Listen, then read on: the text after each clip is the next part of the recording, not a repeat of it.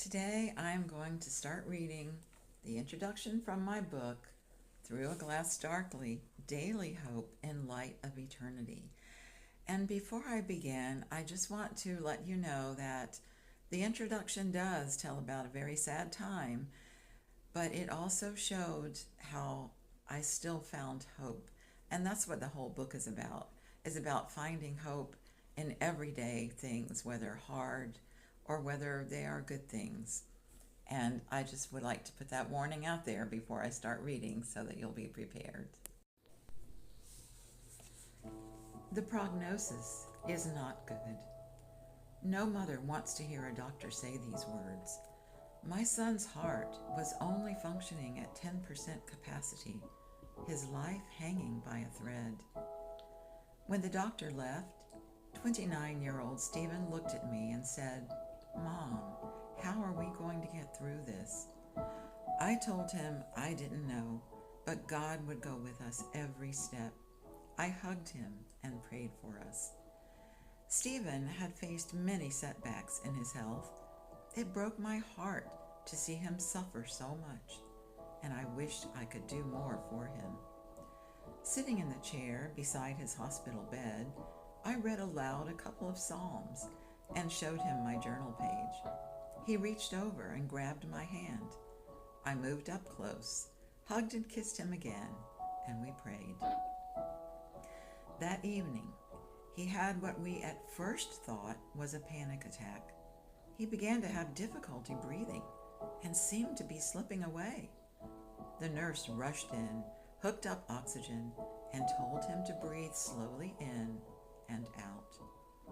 I cupped his face in my hands, turned it toward me, spoke to him until his eyes met mine, and encouraged him to breathe with me. He slowly began to respond, but as we continued breathing together, he started slipping again. Soon, the rapid response team arrived and ordered everyone to leave. I refused, telling them that my son needed me. I continued to stand beside him, talking to him, caressing his forehead, loving him. His blood pressure was falling and his pulse was weak. They gave him meds to stabilize his blood pressure, whisked him off to the ICU, and told us to call his siblings. Within an hour, they all arrived, and we gathered in the ICU waiting room. Finally, the doctor came out to tell us there was no response and that we needed to be with him. One sister rushed to his side, crying, Stephen, come back.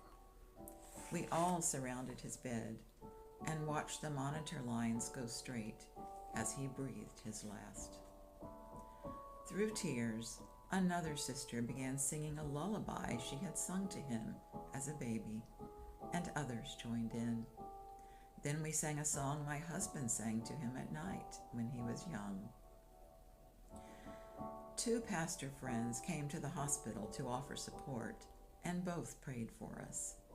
Later, the hospital chaplain came in and also prayed. None of us wanted to leave, and mercifully, we were not rushed, but given all the time we needed. My husband and I had just lost our precious son. His siblings had lost a beloved brother. A devastating loss that no family ever wants to face. I remember trying to comfort the others even as I was hurting with fresh grief. Yet, underneath the sorrow, pain, and jumble of emotions, I still had hope.